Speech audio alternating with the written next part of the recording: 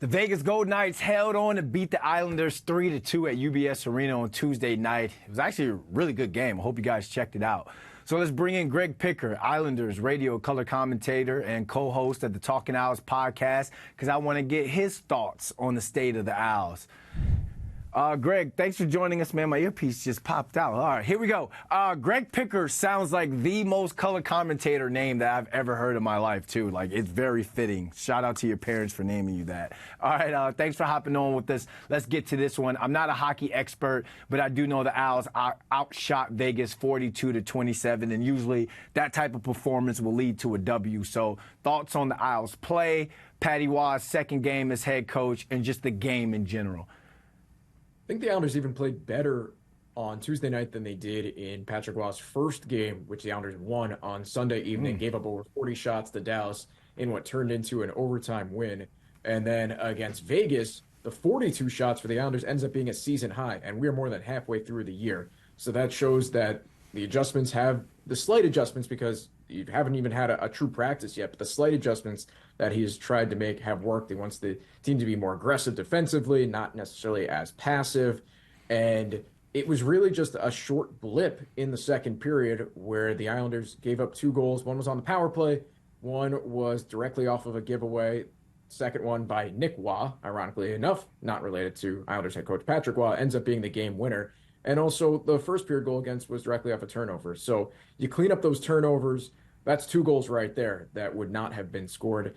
And the only other goal that Vegas scored was on the power play. So things that are tangibly evident that can be cleaned up will be worked on by Patrick Waugh and his staff now, that will only improve the Islanders as they go forward here, as we are now well into the second half of the season. Let's kind of go into those adjustments, man. How do you think the team kind of handled the adjustments? Like you said, one practice. How do you think they've gotten better from game 1 to game 2? I think even going back to game 1, because game 1, it was only a morning skate, but maybe the hardest we've seen a team work at a morning skate in a long time, and that's just going to happen with a new head coach. Looking in overtime, the Islanders didn't have the puck against Dallas, but I don't think we've seen them so aggressive to try to win it back in a 3-on-3 overtime, and that's pretty darn risky, and it worked out. Matt Barzal strips Star the puck, puts ahead to Bo Horvat, turns into the overtime winner.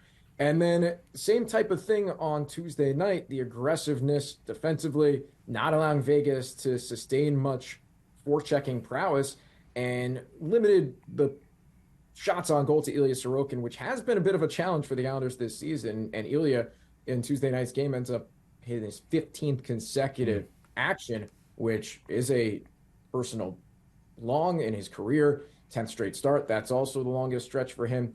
Thankfully, Semyon Varlamov now activated off IR, so the plan is for him to get the start Thursday night in Montreal, and Ilya will get the much-needed rest, and then he'll have 8 days off when the Islanders finish up the really first chunk of the season going into the All-Star break after Saturday's game against Florida. Man, I need to tell my boss I need 8 days off. I need to be a goaltender on that one. We're talking about milestones and guys hitting PRs. Brock Nelson scored his 500th NHL point. He passed Derek King for 12th place on the club's all-time point list. 805 games played for this club. What does Brock Nelson mean to the Isles organization? He's been one of the most underrated scorers in the NHL over the last few years, and thankfully he did get the recognition league-wide last year because he was selected to his first ever All-Star game. He has been just shy of 40 goals in each of the last 2 seasons, 37 a couple of years ago, 36 last season, and he just finds a way to have such a quick, sneaky release where not a lot of guys have that capability in the NHL, where it looks like he doesn't even have any room to get the shot off and will kind of drag the puck back and somehow get it off and beat the goaltender. You know, when you are now top 12 in the Islanders point leadership and you're just behind Bobby Nystrom, who is a franchise legend, that's the next guy on the list for Nelson to catch, and he is not too far back. When you start eclipsing guys like that, that really says a whole lot of what you mean to this organization. And he's only ever been an Islander 805 games, and he'll be climbing up those charts we expect for years to come. Yeah, he's been exciting to watch since I've really got into hockey recently. Now let's talk about the future of this team. The Isles closed their week with the Canadiens, and then they got the Panthers. They're tied for 4th right now in the Metropolitan Division with the Devils in terms of points. Is there pressure on this team to win these next 2 games?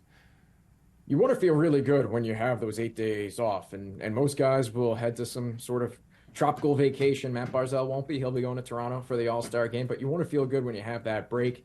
And so you do have that type of pressure to get those wins because you're not in a playoff spot right now, and you're certainly far from secure in a playoff spot. The good news is, though, you mentioned they're tied with the Devils. They're only a few points back of the second-place Philadelphia Flyers. We're 5 points ahead, and the Islanders do have a game in hand. So things are pretty tight in the Metropolitan Division, and that's going to lead to an exciting finish down the stretch. And the Islanders, they are 10 points back of the Rangers for first place in the Metro, but the Islanders and Rangers still play 4 times this season. So that is a lot of ground that they can make up if they happen to take care of business against the Rangers this season. And last year, a rival in the Penguins, the Islanders swept the season series, got all 8 points from. So something that team is capable of.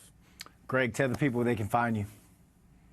Well, you can find us on the Islanders Radio Network, various ways to listen, 88.7 FM RHU, 103.9 LA News Radio, or on ESPN Radio. We bounce around between 1050 and 98.7 FM. And thank you. Also brought up our Talkin Isles podcast. Anywhere you listen to your podcast, or NewYorkIslanders.com/Talkin Isles. And we have over 50 interviews done now over the course of the last few seasons with franchise legends, guys who won Stanley Cups, even guys who spent only a little bit of time with the team, but really have fond memories. And if you're not the biggest Islander fan, or you are the biggest fan, we think it's for you, because if you're just trying to learn about the team, there's no better way than to dig back into our archives and hear from the voices of the team that have been there since day one in 1972.